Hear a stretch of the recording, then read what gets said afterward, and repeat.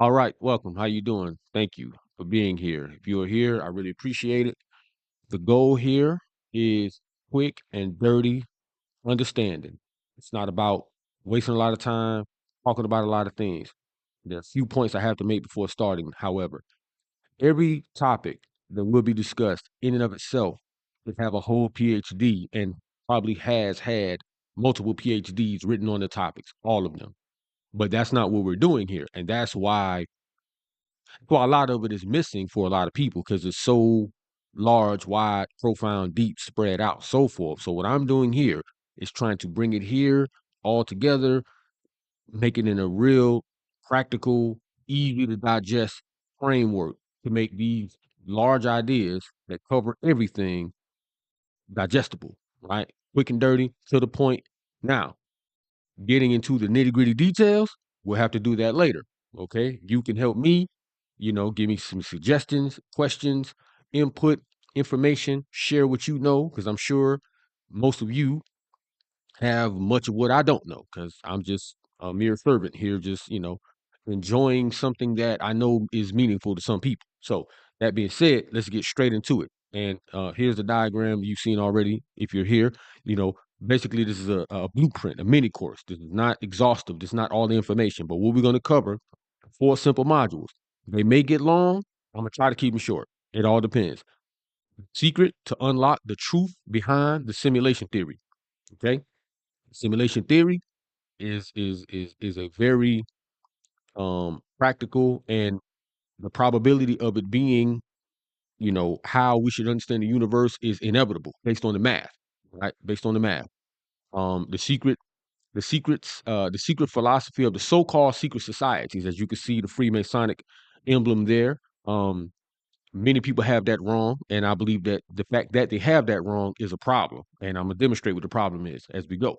The gaps in traditional religions. Okay, I'm gonna be clear up front and full disclosure with you. I am not a blasphemer. Okay, I don't curse or blaspheme or talk down on religion. I respect the institutions of religion and historical traditions and what they do for people's lives. So if you're looking for a spirituality lane where it's like, people who hate religion and so forth, I'm not that guy, right? However, I am critical in the sense that we humans have a responsibility to live up to a certain standard.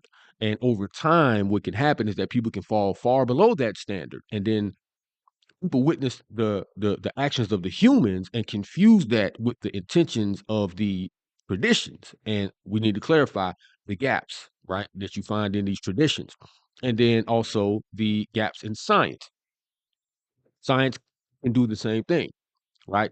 Human entropy, in the sense that, you can have good ideas, but because of human tendencies, ego, and politics, that can then bring disorder to an idea that otherwise could be very useful for humanity. So that's what we're going to cover. We're going to show how and why it all connects and why that's important. Because when you separate everything, then you can't see the full picture. But when you understand and learn how to put it in its proper perspective, right? Sort of like the bricks in a pyramid, then you have a beautiful structure that stands for something. And that's what the divine simulation blueprint is about. So let's get right into it. We're going to start as soon as I get the thing to wake up. Wake up. There we go. Now, the secret to unlocking simulation theory. Like I said, this blueprint is about being quick and dirty, straight to the point, right? Information is not matter or energy. Information is fundamentally different from matter or energy and cannot be reduced to particles or waves, yet it organizes both. This is the first key to understanding reality as a simulation. So, what I'm saying here, and nothing I say is me, okay? I'm only reporting what I've found, is that we grew up, most of us, all of us, if we're alive now, in a materialist paradigm, right? We were trained in school to look at the world in a materialist paradigm. It evolved over the last few centuries after the scientific revolution. And we're culturally conditioned to have a materialist view of the world in the sense that believing life came from the material, right? New cutting edge science that's still kind of underground right now. If you're here, you probably heard of it, but it's still underground. is implicating that information is more fundamental than matter and energy. The reason why that is important is because if information is more fundamental than matter and energy, then that proves that only a intelligent will or an intelligent volition, mind, has to be behind the information, therefore controlling the matter and the energy. Now, that should be, you know, that should be simple and profound at the same time, because this is an irrefutable conclusion once you understand the concept. But that's what we're saying here. And you can see in the picture, you know, on the left, the I, the letter I, that does not, happen uh, accidentally or in nature, versus, this diagram that demonstrates what we think an atom looks like because we can't see it, and also a diagram or an image that demonstrates what we think maybe energy would look like. But the energy that is fundamental to the atom, and the atom is fundamental to matter, right? Is all governed by laws and rules and so forth. And what's more fundamental is information. We're going to get to that. Wrong way. So, how do we know without the shadow of a doubt that information is more fundamental than matter and energy? Okay. Information does not originate in nature. This is Dr. Warner Geet. Dr. Warner Geet is a informationalist. He's an information physicist. Dr. Warner Geet explains no natural process can originate true information. By strict scientific definition, information can only be created by a mind, not by random forces. Okay. And here you see a diagram, and we want to get into that, that really demonstrates the scientific definition of information. Information is not, merely, oh, what you read in the newspaper, or, a letter someone wrote. That's information, but that's not the scientific definition of information. Here's the quote. I'm gonna repeat what he said.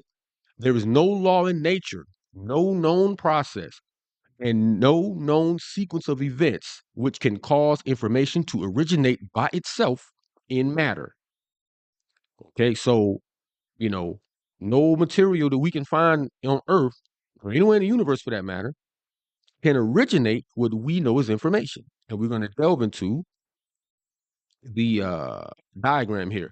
Now, this can be very deep. I'm going to try my best to explain it without boring you to death. This is critically important. Once your mind understands the scientific definition of information, then your mind will understand that this cannot come from any natural occurrence haphazardly or accidentally in the universe, and can only come from a mind or a willful volition thinking mind as we know it. So you have the first level. No, I'm sorry, the bottom level. So if you look toward the bottom, right, when it says statistics, this is like just the letters, the alphabets or the numbers, right? This is not the letters, alphabets, or numbers in order or any order. It's just the raw information, the raw, I'm sorry, what's the word? The raw letters, numbers, symbols that represent, you know, the sound and the meaning of how we order the sound. Just like if you look at a keyboard, I'm looking at my keyboard on my computer. Nothing's in any order. When you look at a keyboard, notice everything's out of order, right? That's high entropy, but that's another topic. But it's, you know what these symbols mean. All of these symbols mean something, and you know what they mean. But as they sit on the keyboard, they don't mean anything until you rearrange them. But statistics is the definition of the level of what the letters and the symbols represent purely as symbols. Okay.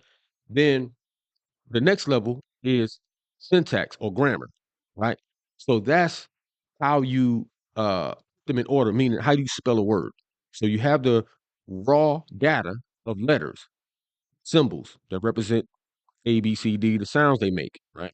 When you put them in order, then that's called spelling. You put, 3, 4, 5, how many letters in a certain arrangement, like the letters you see on the screen, at the bottom when it says communication, or the word statistics, or the word syntax, or the word grammar. Why? Because you take the symbols and you arrange them in a specific order. Now that becomes a word that has the next level, which is the meaning. So once you put the words and then the sentences, and then the paragraphs, and then the chapters, and then the book, and then the volumes of book, right? You see how you building one upon another?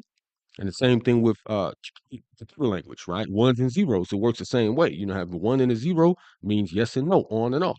But then when you add eight ones and zeros, 8 bits, that represents a whole level of language. And then when you have 16, so forth. Nevertheless, the next level, when you put the words in order, then you have the meaning, right? So what does the sentence mean? Because if you have random letters or even random words, it doesn't have a meaning. When you put them in the right order, now it has a meaning. If I'm losing you, stay with me. Okay. So then you have the meanings, what's called pragmatics, or the effect of the meaning. So the meaning is one level, right? But what is the effect of the meaning? What does the meaning represent in actuality? Right. And then that leads to the last level, apologetics, or the purpose. So the meaning represents something in that we understand in reality. And then when you actually take the action of the meaning, it has a specific outcome that comes from the meaning. So if you arrange letters into words and you arrange the words into sentences, let's say, for example, as a recipe, right, for a dessert, for apple pie, you arrange the words and the numbers, and you put them into sentences and steps to follow, right? That's statistics and then grammar. What does it all mean? It means, get this, get brown sugar, high crust, flour, and turn the oven on. That's what it means. But when you actually take the action of following those steps physically, the outcome is what? Eating an apple pie and enjoying the flavor of an apple pie. So you satiate the body in nutrition and you enjoy the flavor and the pleasure of it. Okay. So that's a simplified way of attempting to explain what these things represent. So this is a scientific definition of information, and this is applicable for everything you see around you, right? And I know it may seem kind of detailed, and it may seem kind of I'm not gonna say redundant. It may seem kind of boring, but once you understand this, nobody talks about this, right? Nobody. Dr. Warner Geek is like the only person who really broke this down. That you can go look on the internet. And you have the people, the information theorists, Claude Shannon, and so forth. But the only person really kind of making the case that the scientific definition represents the fact that, so now when you see information inherent in reality, inevitably, there must be a mind or a volition or a will behind reality. Dr. Warner Geek's the only person I've seen really talking about that on the line. Not that I've seen everything, but the point is, this is important. Understand, information has a definition, and once you understand what that definition is, right, the mind as the only source of information, because information exists everywhere in DNA, language, and even mathematics. Its existence proves that a greater mind placed it there. Without a mind, there could be no intelligible patterns to discover. So while DNA actually has a literal code, right? The I forgot the exact name of what you call the letters in the DNA, right? I don't know if there's molecules or acids. Yeah, the amino acids and the way they are arranged, right? They work literally like a code, not metaphorically. Not maybe that's a nice way to think about it. Literally like a code.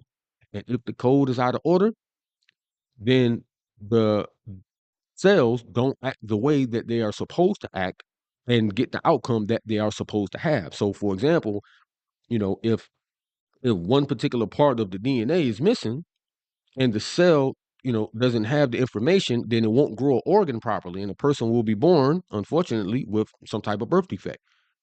So the healthy outcomes that we see in organic life is founded upon code information organically in the DNA.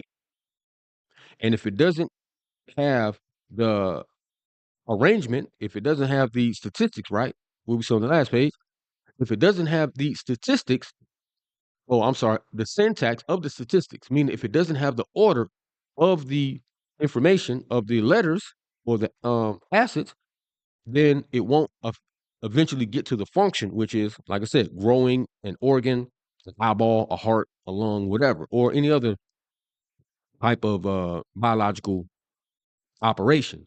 So, but when you look at math and physics, right? Math, physics, chemistry, it's a little bit more subtle because we intelligent humans had to learn how to reverse engineer what we were observing in the universe, in physics, in chemistry, right? In biology, right? In mathematics. There's a debate, is math discovered or invented? I like to say that math is formulated because it's a little bit of both. Nevertheless, the only way an intelligent mind could have been able to observe and measure and document and understand in a repeatable fashion what they observe in chemistry, biology, um, and every other type of science is that the outcome, right, the apobatics, the purpose, and the pragmatics was already inherent in the things in biology, in chemistry, in mathematics before we observed it and before we were able to formulate the semantics and the syntax and the statistics so that we can so that it becomes intelligible to our minds, meaning so that we can, we observed the purpose and we observed the effects and we wrote it down in books and we taught it to other people and it worked over and over again. That's the only way we was able to build civilization. That's the only way that mankind is able to pass down information generation to generation. Pardon me, I'm get some coffee. I should probably edit that out. Nevertheless, this is what has happened. So, due to the fact that we were able to reverse engineer what we witnessed in the universe, inherently the information is there, right? So it's all gonna make sense. Reverse engineering reveals design. When we study plants, animals, minerals, and the stars, we see embedded patterns that reveal intelligent design. Don't get scared by the name. That's just, the name that I gave it there. That it has been designed, by intelligence. The fact that we can measure and extract information shows it was first placed into it in reality. So whether it's on the level of DNA or whether it's on the level of a galaxy, the fact that there is intelligible information that we extrapolate from the universe around us with our minds proves that inherently a mind had to put it there and put it in order for it to attain the effect. That's why the scientific definition of information is crucial. Because the only way to get from the beginning to the end, the only way to get from the symbols to the effects is with a mind understanding how and wanting the effects. That's the other part of information. There has to be a will behind the information because what good is a message if you don't want anything, right? Now, all of this is going to make more sense the deeper levels we go because, as I mentioned in the intro, it's other levels that intersect with this that make it even more profound. Reality as a simulation from a higher source. I'm sorry, I'm not from Chicago. The very presence of information in the structure of existence proves that reality originates from intelligence. This reframes simulation theory. Our world is not random, but intelligently generated by a higher mind. So, as you see here on the left side, you have the matrix of ones and zeros in a cyber environment, right? But if information is actually more fundamental than matter and energy, then the reality that the image you see on the right, which is what we call nature, has to be on a fundamental level outside of our ability to perceive with eyes and ears, more like what we see on the left. Now, it may not be in the symbols of ones and zeros because we came up with ones and zeros. We formulated those symbols to represent the principle of on and off, yes and no, the duality, right? The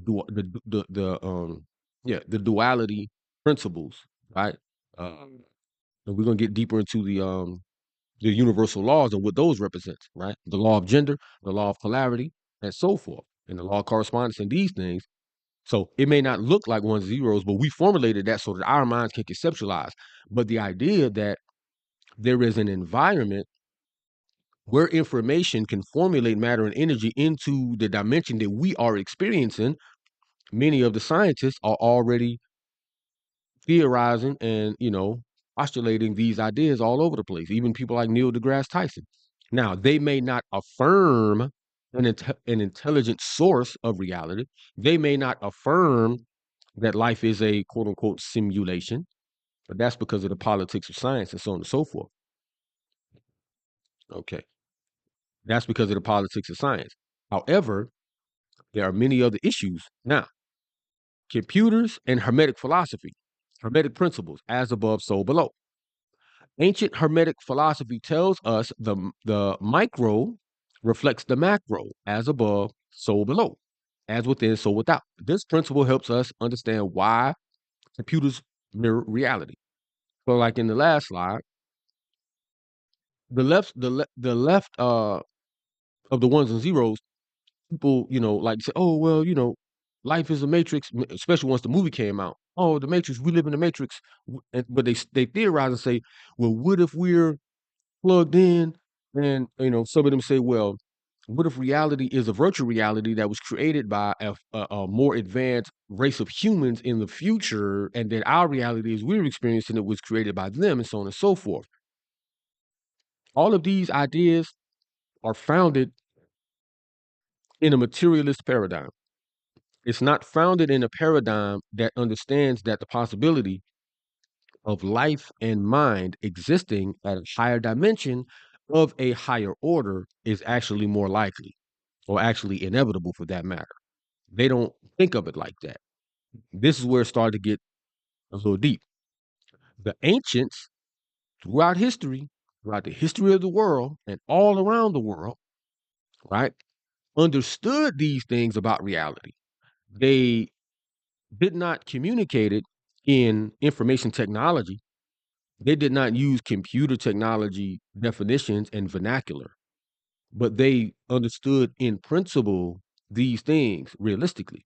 So this concept of as above, so below means that just as we understand these principles on our level as humans, it's not because we invented anything, and it's not because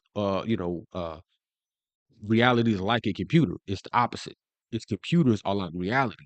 We're formulating the nature of what's already here, and we're advancing and evolving, catching up to our reality, which is a part of our nature of our level of consciousness.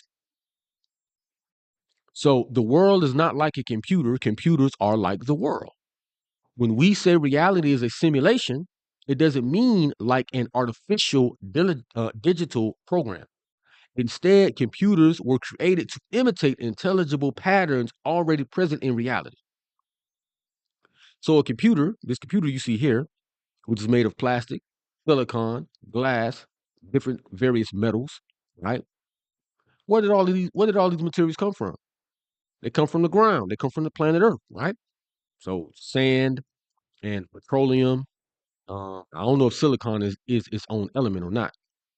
So if these materials, right, they came from the planet that was formulated, and as you see the galaxy over on the left, and if you understand nucleosynthesis of how, as Carl Sagan once said, we are stardust, right?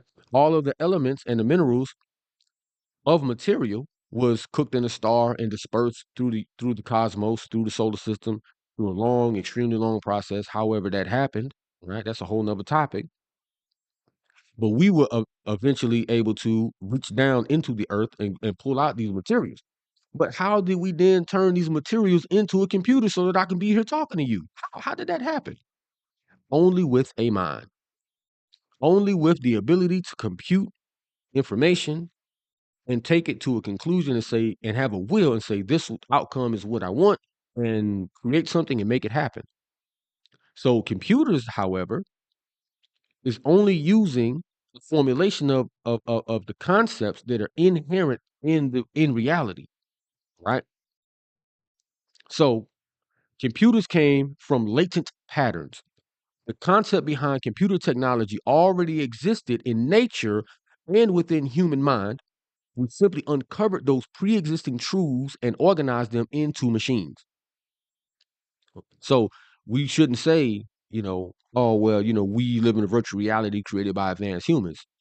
The probability It's more inevitable that, we are living in a dimension of reality generated by a far more powerful intelligence that exists on a level totally and absolutely outside the rule set of anything we understand, right?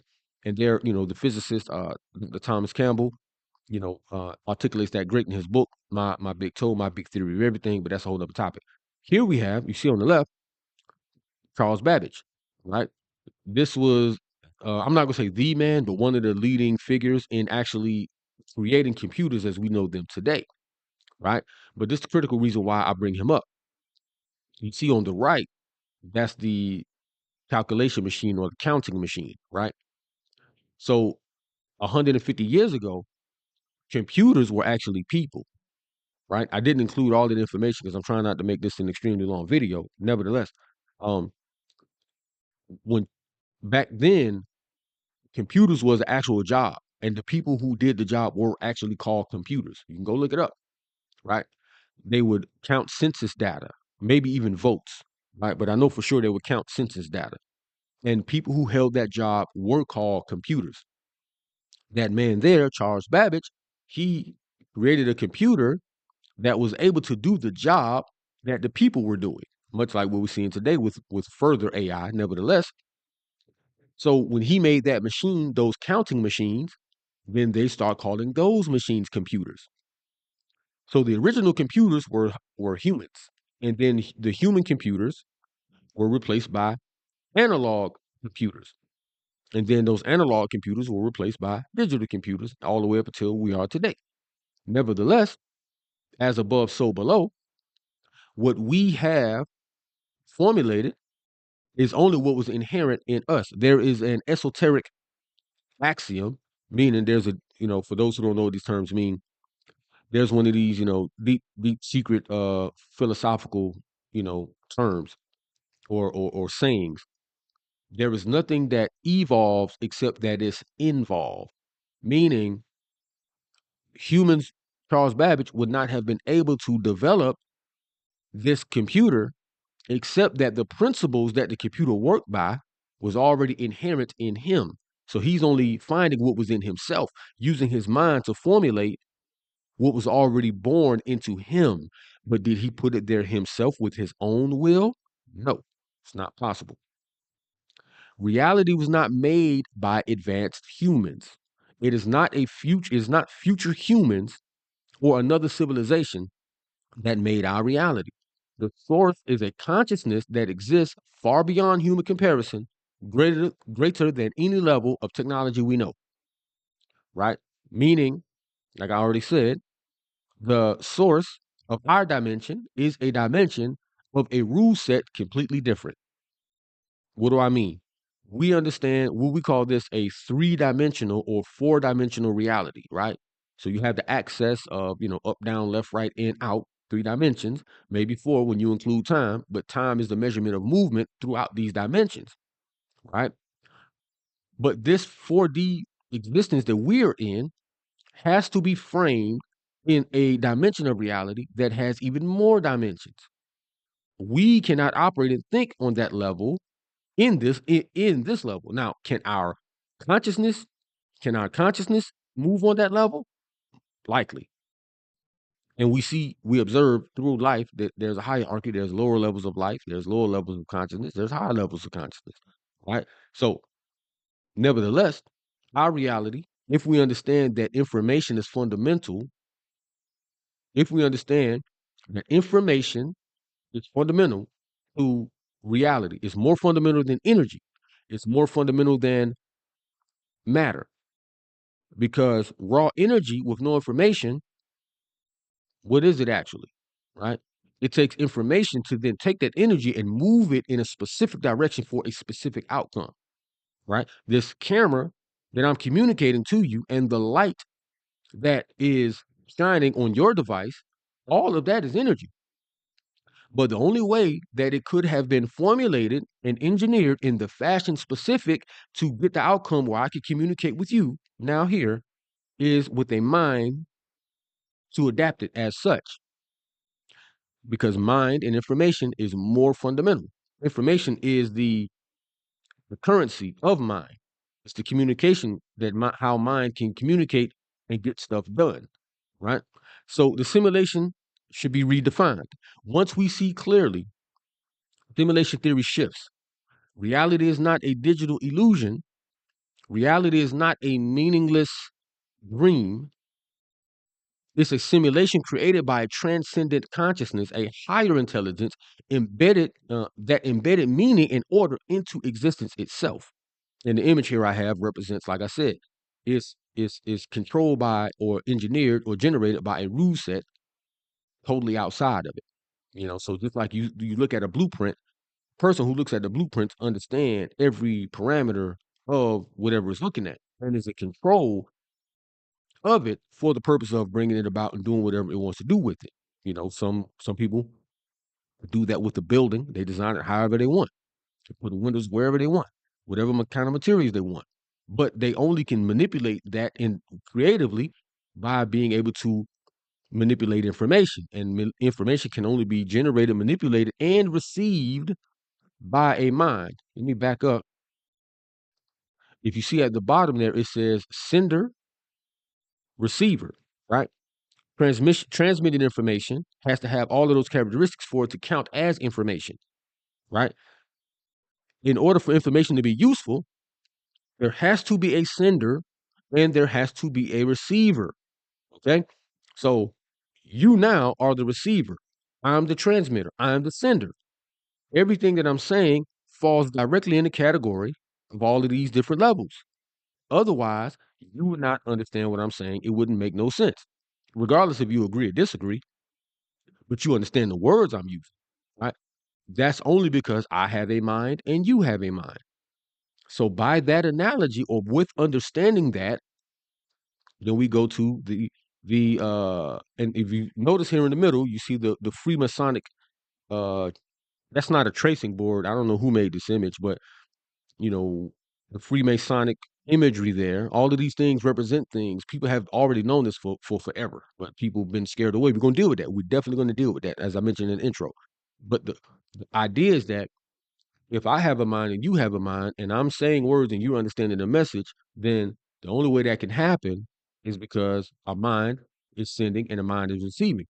So, with understanding the principle of correspondence, in order for our reality to receive its instructions on how to be reality, it could only have happened because of a sender and a will, a volition, somebody wanting it to happen on purpose. The only way that the information could come from the higher dimension or come from wherever it came from in order to be our reality is that there is a mind and if a will greater than ours that caused it all, right? And that is module one. So we want to cover understanding the definition of information. So when we delve deeper into, like I mentioned, the other aspects, when we dig into the the next level, the secret philosophies of the secret societies and the gaps in traditional religion and the gaps in science, we first had to understand that information is fundamental that points to a mind. Now, once you have the concept that you can't unsee it once you see it, right? And leave a comment. I can give you the references. It takes a long time to really find all the information, and not find it. It takes a long time to take in a lot of information. Nevertheless, I can give you the references and other subsequent resources to understand these concepts. The point is, once it's understood that that scientific information has a scientific definition, you can't call this pseudoscience. You cannot, because it has a scientific definition, according to Dr. Warren Geet, who is a scientist. Okay, so you can't say, "Oh, that's just a cute idea, but it's not real." That's how they got us fooled, and that's why we out here lost. And that's why we out here with no meaning, no purpose, no passion, no values, no love. That's why we doing what we doing right now, because we've been tricked and duped into not knowing how to do it.